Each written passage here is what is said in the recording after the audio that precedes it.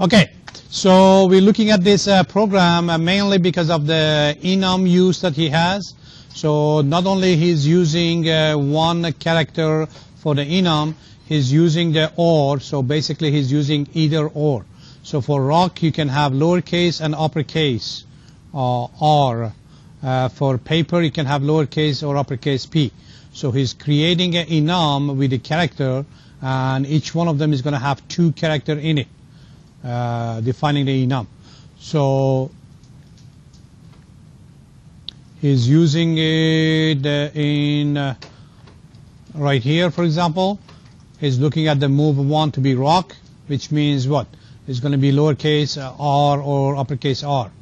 And the move 2 is going to be scissors. That's going to be what? Lowercase s or uppercase S. So that's what you're using the enum. That's actually a very good way of using the enum in there. He could use the same concept in a switch statement, would do the same thing. So we would have a switch of a move 1, case rock, and the other one would be the case scissor. That's what you were trying to do, right? You were going to put it in the switch. Anything else you want to add to this?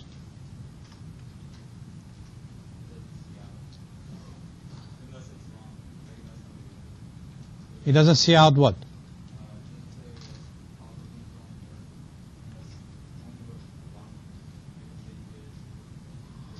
Okay, we can do that. Did you use the enum in your other program too?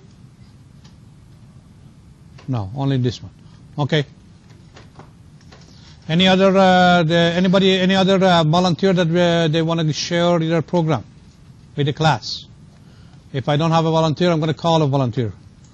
I want to go over a couple of our programs so we can be sure that we are all on the same page. Maybe another I don't know. We gotta, because a lot of questions come in the same way. So who wants to go over the program? Okay, come over here. Help me out.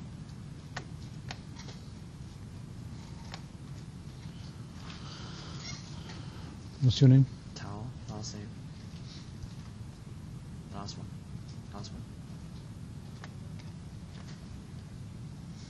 So we're looking at assignment 5 with Mr. Tao over here.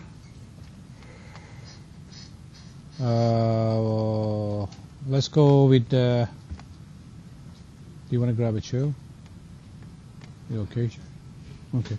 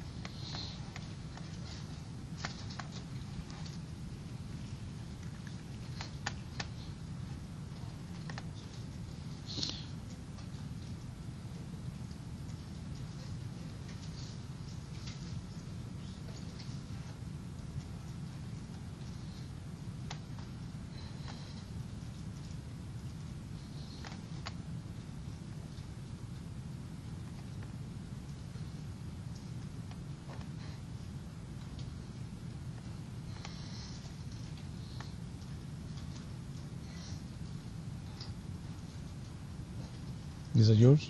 Yeah. Okay, so we're starting with the top portion. We have to have description on the top of the program, and we have to have the run at the bottom of the program. The sample run goes on the bottom. I was looking at some program that didn't have those. In top here, you have to have a brief description of what this program is doing. And he has the indentation pretty good over here. So when we are writing the program, we want to be sure that everything is indented, not all one line.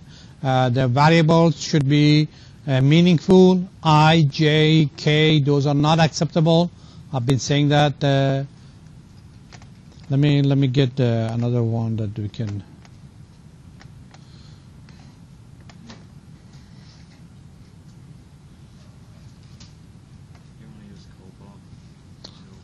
Well, I want to use something that I can. Let me go with this one.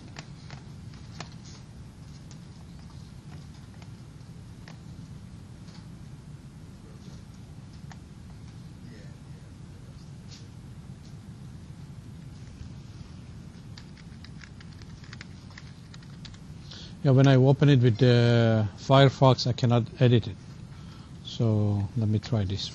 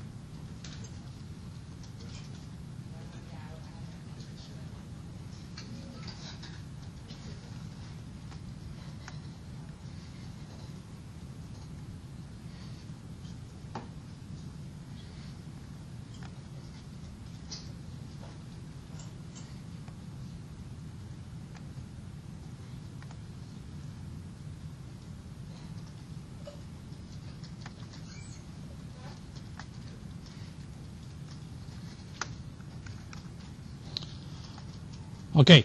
Another thing that I was talking earlier, there is a function that is called system that is available for Windows and available for Linux. So it's going to be available for Mac if you're using the Linux part of it. Then we're going to be using the pound include. We're going to be using pound include. It's going to be the stdlib.h, and this one we can use the system command that we can put things like clear screen, CLS for clear screen. We can put pause. So if I have a display that I want to pause it, I can use the pause in there and it's going to stop. So if I want to create a pause, what I'm going to do is I'm going to write if we have a count over here, right? Total times. Okay, so if I have a count, I'm going to say count, if I spell it correctly, count percent. I'm going to put 15 here, okay? And then I'm going to say not. So in what condition this is going to be true? In what condition this statement is going to be true? I'm saying if not count percent 15. If I want to make it a little cleaner, I can put the parentheses around this. So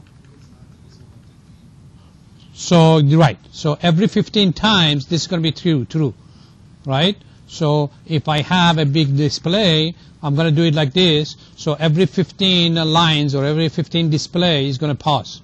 Pause is going to stop and say enter to continue. So if you push, and it's going to wait over there for you push any key to continue. So that's going to, if you have for your interest rate or any program like that, that you have a large display, if you have 15, 20, 30 lines of display, you're going to stop it in every 15, 20. So if I change this to 20, it's going to be every 20. If I change it to 5, every 5 lines. I can put that one, if I have an infinite loop, I can put that inside my loop, so it goes one line and it's going to stop, one line is stop to see where the problem is. Okay? So that is for that one. There is another command for the system that can come handy, and that would be system color. That is going to take 2 hexadecimal, the first one for the background and the second one for the text. So I can use that one for this part, and I can change the color in the background, I can change the color of the text.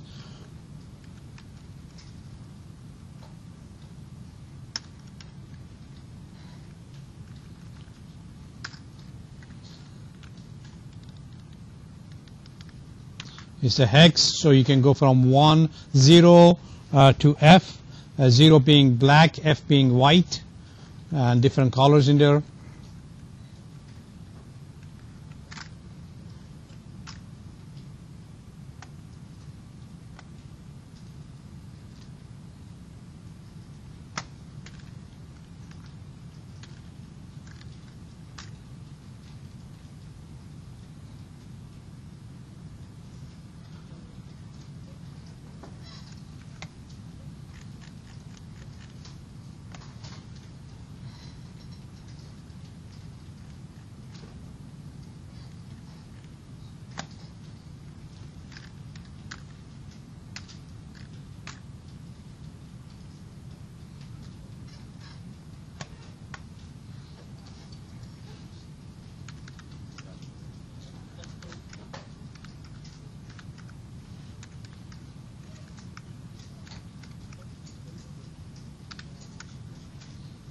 So what happened to the message? You're supposed to give us some kind of a message. Did I mess it up? So I can change the color for wherever I go, and I could use the clear screen, so I can clear a screen before I give my messages. So if I take this one and put it right before I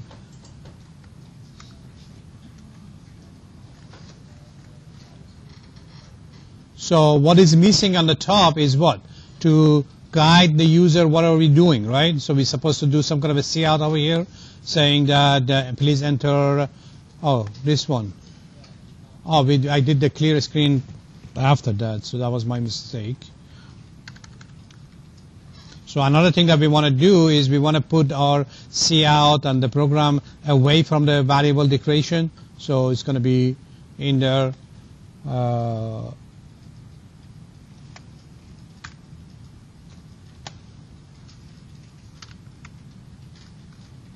Another thing that we want to do is whenever we're dividing by number, we want to check it to be sure it is not going to be 0. So we have to check so we don't get this kind of exceptions, because we are dividing by 0 in here. So what we have to do is we have to say if this total of times is not equal 0, then I can do this. And next line is going to be what? If positive, no, we don't want to put the else over here. We want to do all of this.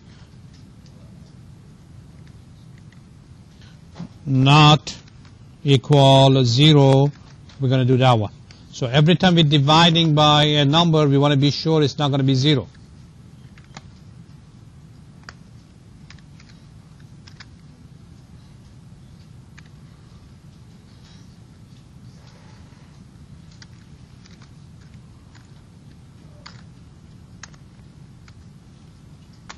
And of course, you want to put some line between them to make it a little easier to read, right?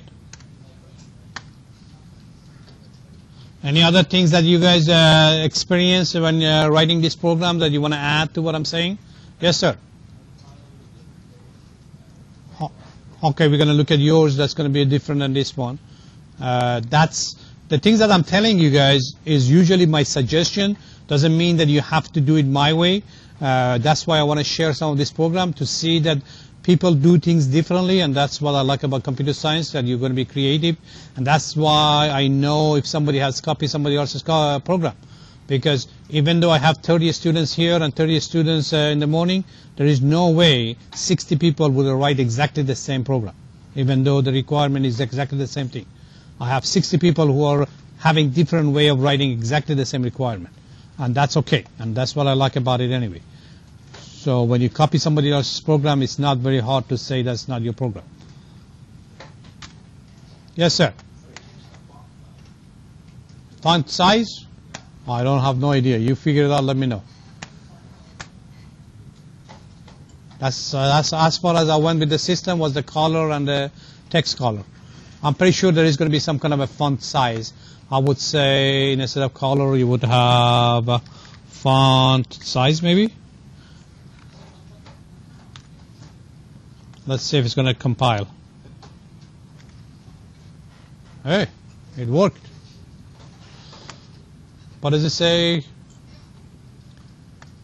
Font size is not recognized as a system thing. All right, so we figured it out. It's got to be something in that system thing.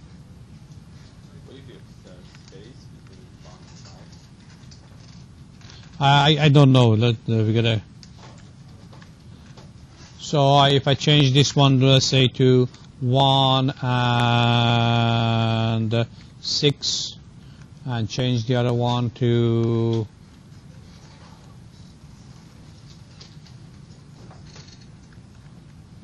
F and 0.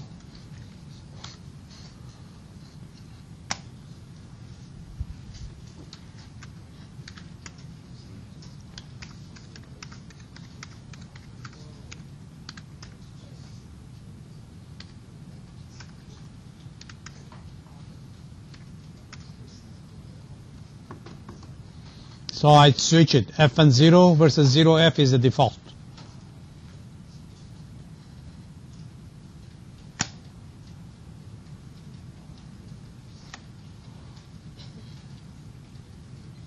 So we're going to look at the same program from somebody else.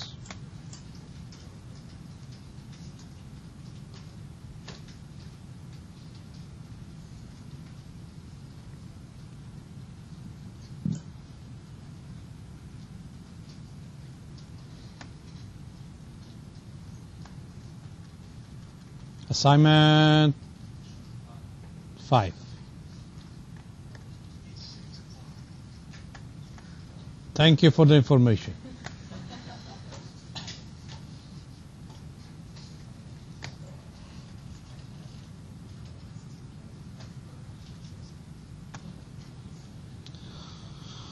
So this is another version of the same one.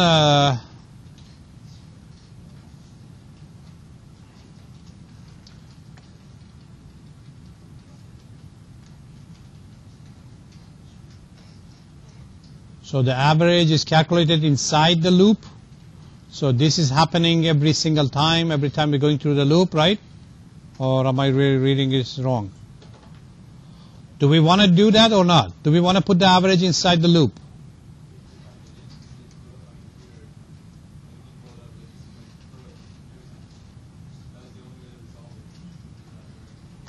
Okay.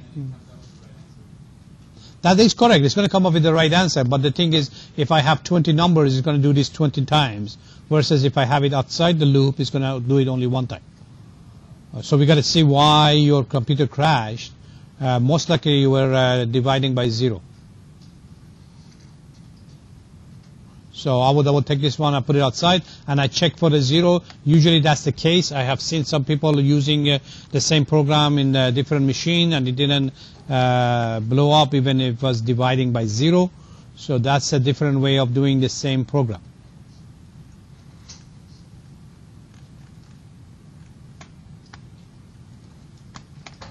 So I'm going to go back to Mr. Tao.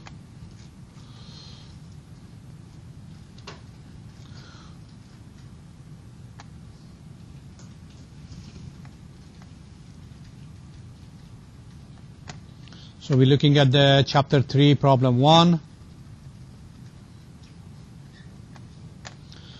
Okay.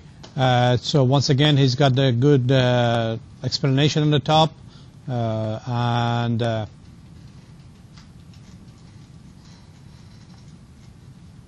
one thing that I would do here, that system clear screen, I would use it for player 1 against player 2. That way player 2 would not see what's happening with the player 1, right? So I would put over here system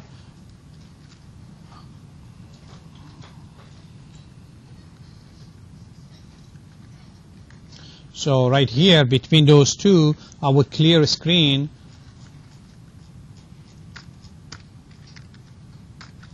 That way the player 1 cannot see the player 2, right?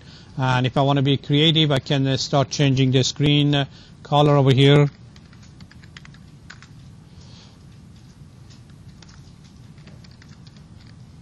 Just trying out different numbers.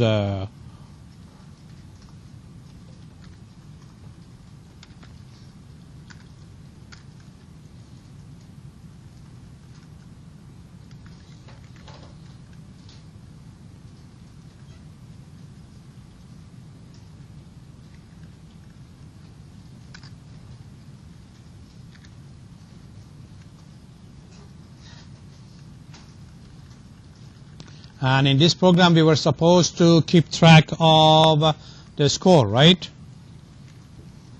We were supposed to keep track of a score for the players. I don't see it in this program. That's part of the program, that you were supposed to keep track of the score. Player 1, player 2, you got to keep track of the score. It says in the problem. I'll read it again. It's asking to keep track of the score.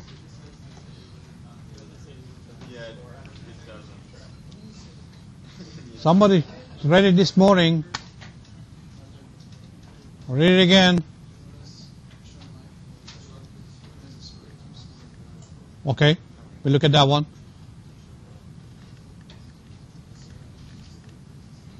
Sir, can we do like when you are entering a letter, it shows that it's only a star on it, like those websites which ask you to enter the password and like get with me? Right. The question is if we are entering the character, we can put the star on top of it. Yes, you can. Once again, in C++, there is not that I cannot do it. There is the question that how can I do it? It's almost impossible to find something you cannot do in C++. So the way that you can do it on console, remember, if it's going to be the text box, you can do the different things. But on the console, the only way I know how to do it is just go back and write a star on where you were before. So somebody would enter something and you would write a star on where it is. And you're going to see that. That's going back. And we're going to see how to go back. So as soon as somebody put the number, you're going to go back and fill it up with the star. Yes, sir. We're going to do yours.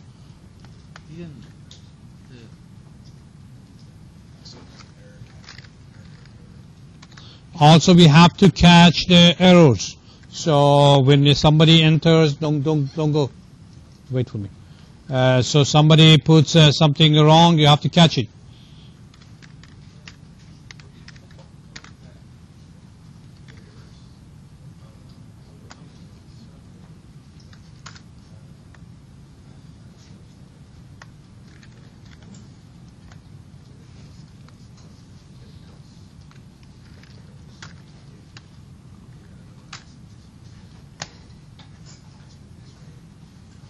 So the player 1 is going to put R, and we're going to clear it, and we're going to put the player 2. That's going to be, what's going to happen if player 2 put the wrong one? So it doesn't give you an error message, but it tells you to start. It doesn't do anything about it. I put it default. You put it as a default, but in the default, you want to put some kind of an error message catching it. Okay, I'll get back to this. Let me look at this one. Hold on, don't go anywhere. Don't go anywhere. Wait. So we're looking at the needs grading, and we're going to go with Benjamin, right? Oh, I guess you like to submit so many assignments, right?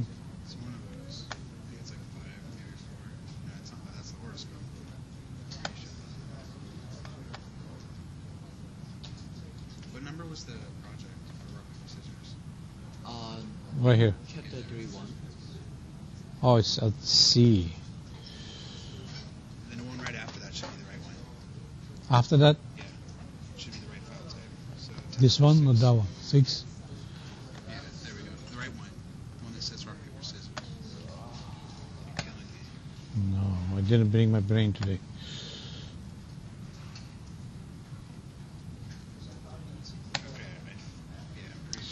So we can keep track of a score. We start with the 0, and every time somebody wins, we just add 1 to the score of the player 1, a score of player 2, and that's the way you're going to keep track of it when you're playing.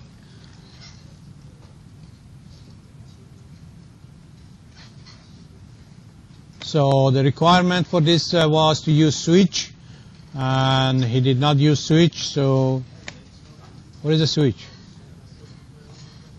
Oh, here we go. Oh, this is for the catching the error. I'm sorry. So this is going to stay here till the person put R, P, or S. If anything else goes, it's going to stay here. Weapon doesn't exist.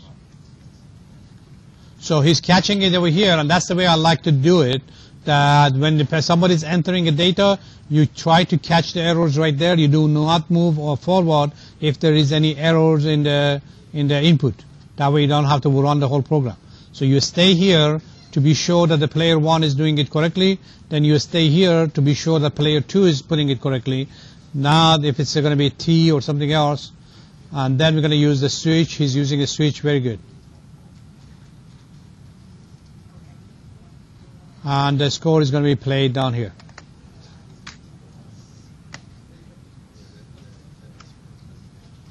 Player 1 is going to be, I'm going to put the T by mistake, so it's going to, it doesn't exist. I'm going to do that's a pause. You can see that's a pause. So player 1, I put the E by mistake. It does not exist. That's press any key to continue. That's the pause one.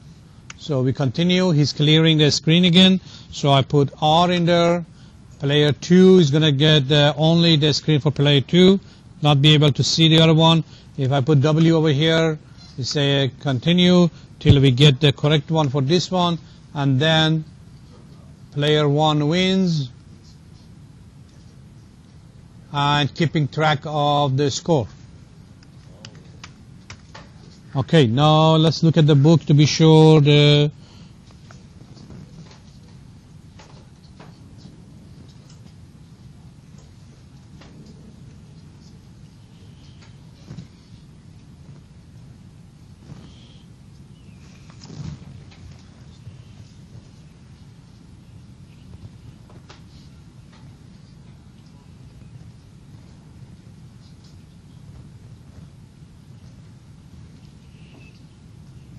You didn't say you counted scores, right?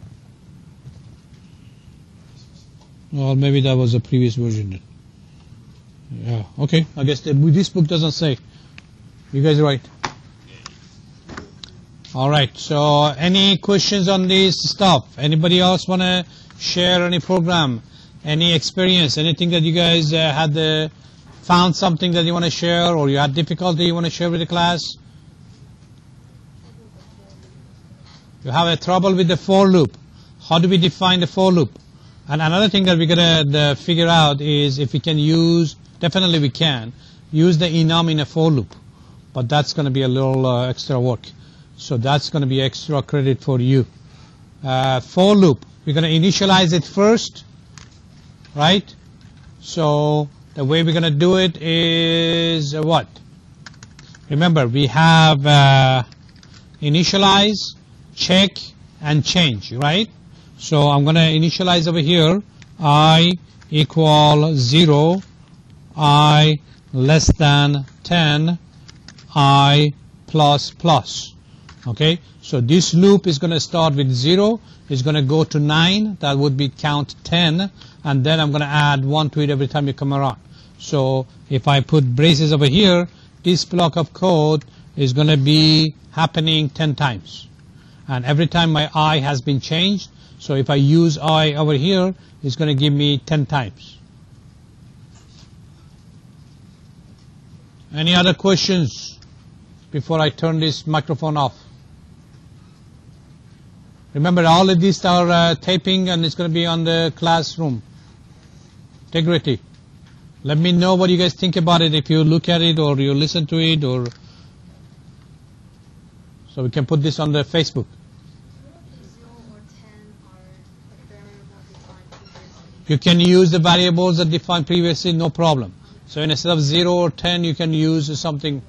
We can look at yours. Submit it here. Let's look at it all together. Send it either through the messages or submission, and then we can display it over here and see what's the problem with yours.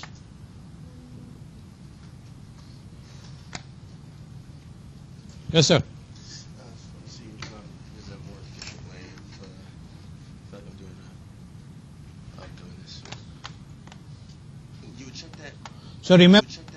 So remember, if you are checking your for horoscope, if you're checking your entry, so if I'm checking my month before I move on, so when I ask the user to enter the month, I'm going to check to be sure it's between 1 and 12. When I ask for a day, I check to be sure it's between 1 and 31. So when I do that throughout my program, I don't have to worry about the upper and lower end. So when I'm looking at a day for inside the month, when I say greater than 21, that's automatically it's going to be less than 31 because I know it's not going to go beyond that. I already check it in my input. So I don't have to worry about that. And if I'm using for the less than 19, I know it's going to be higher than 1 because I already checked my lower bound. I can put it in the comment saying that I'm already checking my lower bound and upper bound in the input. And that way I don't have to worry about it inside my program. And I know my data is correct. So what is your next question? So the question is to go ahead and check that is by right off the top once they put it in, checking to see that I put. I would use the do while. So it's going to be do. Then you're going to do the see out. Please enter the month between 1 and 12, and then the while is going to stay there. So this if statement is going to be while month is less than 1 or month is greater than 12. I'm going to repeat that section. So that if statement is going to be changed to while. And you're going to put a do right here between these two lines. No, that's for the lower one. You need another. No, put a do right here. Here. On the top, up right there. Another one. Yes. So that do is going to cover this section. Did you send your, where did you send it to? Assignment 6. Name, please. Lee, right? Lee. Assignment 6.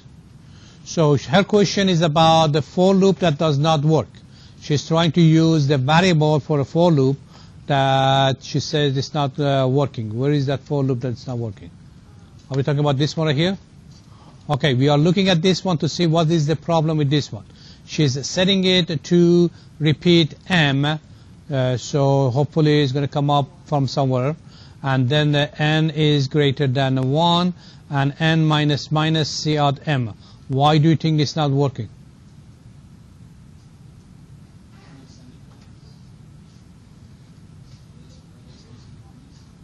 Say what again? Semicolons.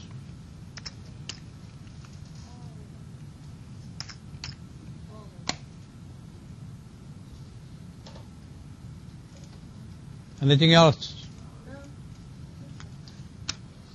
I'm glad I put it up to here because I wasn't looking at the comma versus semicolon. I was looking at something else.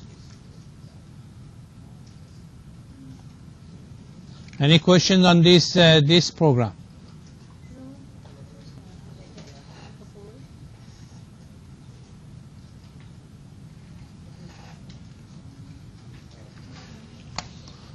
All right. Any other question about anything else? I moved assignment 6 to Sunday, assignment 7 to, I believe, Wednesday. Next one? Yes. So I pushed the two assignments forward, so we have a little more time to work on these things. Check the announcement. I put it in the announcement and check the date for it. Any other questions?